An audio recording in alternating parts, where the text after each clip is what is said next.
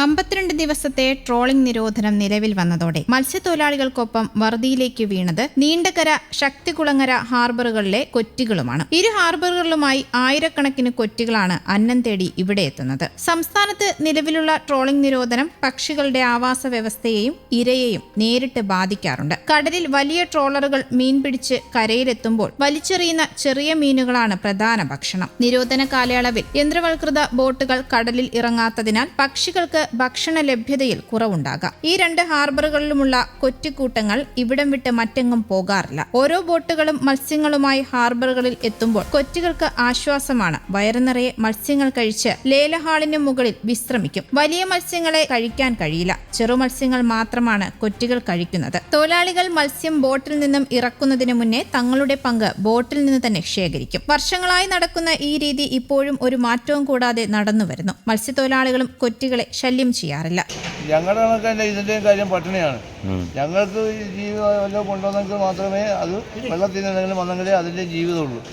കുത്തിപ്പറക്കൊക്കെ തിന്നുക, അല്ലെങ്കിൽ അതും ഇതുപോലെ പട്ടിണി കിടക്കുന്നേ ഉള്ളൂ. ഏതെങ്കിലുമൊക്കെ മല ജില്ലയിലൊക്കെ പോയിരിക്കുക, അല്ല ഒന്നും അതിന് കഴിക്കാനില്ല, യാതൊന്നുമില്ല. ഇവിടം വിട്ട് പോകത്തില്ല, ഇവിടം വിട്ട് എങ്ങും പോകുന്നില്ല. അത് ഇവിടെയൊക്കെ തന്നെ ഉണ്ട്. എത്രത്തോളം കൊക്കുകളുണ്ട്? 10,000 കൂടുതലുണ്ട്. 10,000 കൂടുതലുണ്ട്. ഈ 52 ദിവസം ഇവിടെ തന്നെ കാണും. ഇവിടെ തന്നെ കാണും, എങ്ങും പോകത്തില്ല. ഈ മല ജില്ലകൾ ഇവിടെ തന്നെ, ഈ പരിസരങ്ങളിൽ തന്നെ കാണും. പിന്നെ ഈ കായലൊക്കെ ചെന്ന് ഇരുന്ന് എന്തെങ്കിലും പൊടി മീൻ പൊങ്ങി വരികയാണെങ്കിൽ അതിനെ കൊത്തി തിന്നുന്ന ഒരു ഇതേ ഉള്ളൂ, അല്ലാതെ ഒന്നും കിട്ടാനില്ല.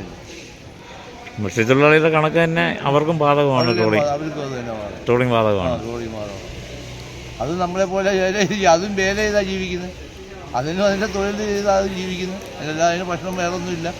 ഈ മീൻ കടലിൽ കൊണ്ടുവരുന്ന മീനൊക്കെ തന്നെ വള്ളത്തിൽ കയറി ദുഃഖിതരായിരിക്കുകയല്ലേ? ദുഃഖിച്ചിരിക്കുക, ഒന്നും കിട്ടിയില്ല. ഇന്ന് നേരം മുഴുത് ആ ബോട്ടിൻ്റെ അടുത്ത് ഒരു ഇച്ചിരി പണിയുള്ളായിരുന്നു. അതിനകത്ത് അവിടെ നിന്ന് ഒന്നും കിട്ടിയില്ല.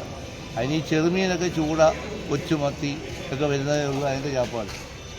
അല്ല വലിയ മീനൊന്നും അതിന് തിന്നാൻ പറ്റില്ല. ഇവ ഹാർബറുകൾ വിട്ട് മറ്റെങ്ങും ഇര തേടി പോകാറില്ല. ട്രോളിംഗ് കാലയളവിൽ ഇവരുടെ കാര്യം കഷ്ടത്തിലാകും. ഹാർബറിന് സമീപം ഇരുന്ന് വെള്ളത്തിൽ നിന്നും ഇടയ്ക്ക് മുകളിലെത്തുന്ന ചെറുമീനുകളെ കൊത്തിയെടുത്ത് ഭക്ഷിക്കും. കൂടാതെ ഹാർബറിൽ ചൂണ്ടയിടാനെത്തുന്നവർ ചൂണ്ടയിൽ കുരുങ്ങുന്ന ചെറുമീനുകളെ കൊറ്റികൾക്ക് കൊടുക്കും. ഹാർബറിന് സമീപമുള്ള തെങ്ങുകളിലാണ് രാത്രികാലങ്ങളിൽ താമസം. കൂടാതെ മുട്ടയിടുന്നതും ഇവിടെ തന്നെയാണ്. അതീവ സൂക്ഷ്മതയോടെയാണ് കൊറ്റികൾ ഇരകളെ പിടികൂടുന്നത്. ഹാർബറിലെ തൊഴിലാളികളുമായി ഇവർക്ക് സൗഹൃദവുമുണ്ട്. 52 ദിവസത്തെ ട്രോളിംഗ് നിരോധനം അവസാനിക്കുന്നത് ജൂലൈ 31-നാണ്. അതുവരെ വയറു നിറയെ ഭക്ഷണം കഴിക്കാൻ ഈ കൊറ്റികൾ കാത്തിരിക്കണം എന്ന് സാരം. News desk, Kerala Kaumudi.